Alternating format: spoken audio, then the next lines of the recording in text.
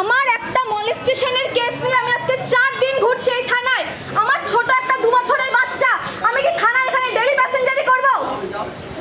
আমি ওনাকে বলতে গেছি, মেজবাবুর কাছে আমি এসেছি, উনি অনেকক্ষণ ধরে বিজি ভেতরে। আমার 2 বছরের ছোট বাচ্চাকে আমি কতদিন আসতে পারবো ডেলি ডেলি? আমি ওনাকে সেটা ওখানে বলতে গেলাম যে একটুখানি রিকোয়েস্ট করুন স্যারকে, যাতে উনি জাস্ট আমার কথাটা একটু কাইন্ডলি শোনেন।